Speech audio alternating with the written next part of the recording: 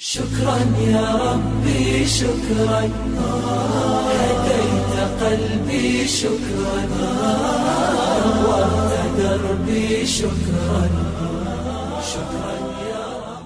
نحمده ونصلي على رسوله الكريم اما بعد فقد قال النبي صلى الله عليه وسلم للصائم فرحتان فرحة حين يفطر وفرحة حين يلقى ربه او كما قال علیہ الصلوۃ والسلام. اس نشست میں ہمارا عنوان ہے عید کی خوشیوں میں دوسروں کو شریک کریں. بہت مبارکبادی کے لائق ہیں وہ لوگ جنہوں نے رمضان المبارک کے اس مبارک مہینے کو بہت اہتمام کے ساتھ، روزے کے ساتھ، قرآن کی تلاوت کے ساتھ، تراویح کے ساتھ، ذکر و اشغال کے ساتھ اور مکمل اپنے وجود کے ساتھ عوام اور سماج کی خدمت میں لگا کر گزارا ہے.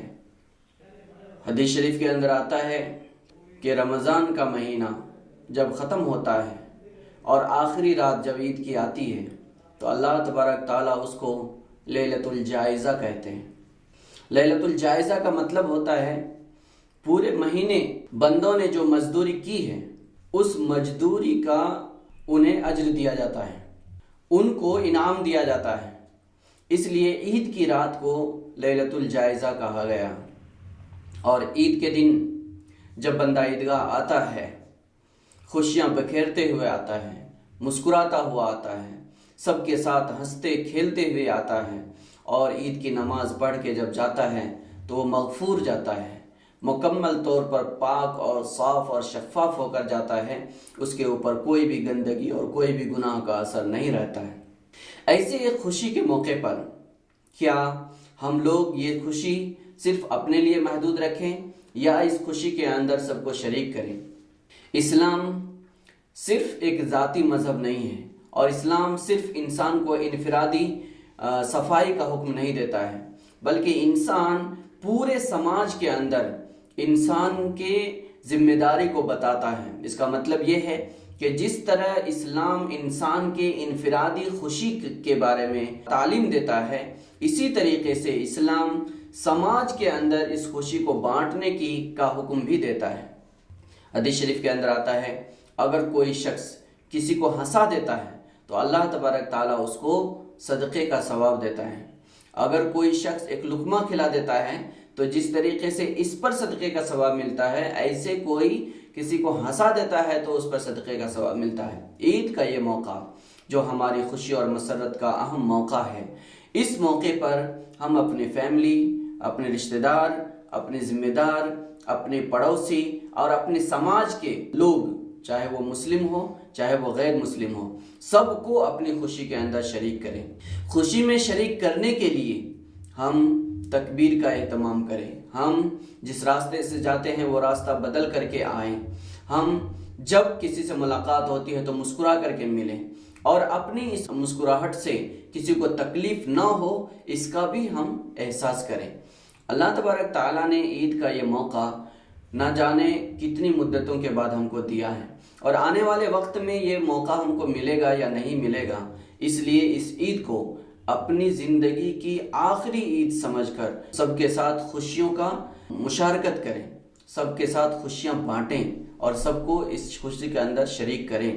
کسی کے ساتھ اگر کوئی نوک چوک ہو گئی ہے یا آپس میں اختلاف ہو گیا ہے یا کوئی بدگمانی ہو گئی ہے، وہ سب کو مٹا کر سب کے ساتھ مل کر عید کی خوشیاں منائیں. اس میں مسلم بھائی، غیر مسلم بھائی، دلت بھائی، عیسائی، سکھ، سب کو اس خوشی کے اندر شریک کرنے کی کوشش کریں. جس طرح ہم اپنی خوشی کے موقع پر اچھے کھانا کھاتے ہیں، ایسے ہی اپنے برادران وطن کو بھی اس خوشی کے اندر شریک کریں.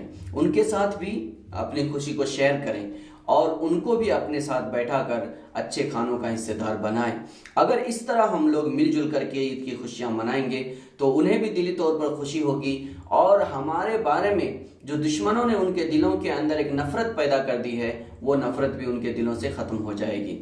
تو یہ عید کا موقع جو ہمیں خوشیوں کا موقع اللہ تعالیٰ نے دیا ہے، اس کو اپنے ساتھ تمام لوگوں کے لیے خوشی کا موقع بنائیں. اس موقع پر ہم دیکھیں گے تو پورے سماج کی ساری چیزیں دنیا کی ساری چیزیں، سارے مخلوق خوشیاں مناتی ہے، در و دیوار، پیڑ، درخت، حجر۔ اس خوشی کے موقع پر ہم جاندار غیر جاندار سب کو ہنستا ہوا دیکھیں، ہمارا دل بہت وسیع ہو، ہمارا ذہن بہت کھلا ہوا ہو، اور سب کو اس کے اندر، دوست دشمن سب کو اپنے خوشی کے اندر شریک کرنے کی کوشش کریں۔ اللہ تعالیٰ سے دعا کریں کہ اللہ تعالیٰ ہم سب کو کہنے سے زیادہ عمل کی توفیق عطا فرمائے۔ حدیث شریف کے اندر آتا ہے کہ رسول اللہ صلی اللہ علیہ وسلم نے ارشاد فرمایا، روزے دار کے لیے 2 خوشیاں ہیں۔ ایک خوشی وہ ہے جب وہ افطار کرتا ہے، اور دوسری خوشی اس وقت اس کو ملتی ہے جب وہ اپنے پروردگار سے ملے گا۔ افطار کی خوشی یہ صرف روزہ افطار کرنے کے وقت نہیں ہوتی ہے، بلکہ جب ہم رمضان پورا کرنے کے بعد جب ہمارا افطار کا وقت مسلسل شروع ہوتا ہے، وہ ہمارے افطار کا ایک وقت ہے جب انسان سمجھتا ہے کہ ہم نے پورا مہینہ روزہ رکھ کر کے گزارا ہے، تو آنے والے وقت میں وہ رمضان کی طرح اپنی پوری زندگی گزارنے کی کوشش کرتا ہے۔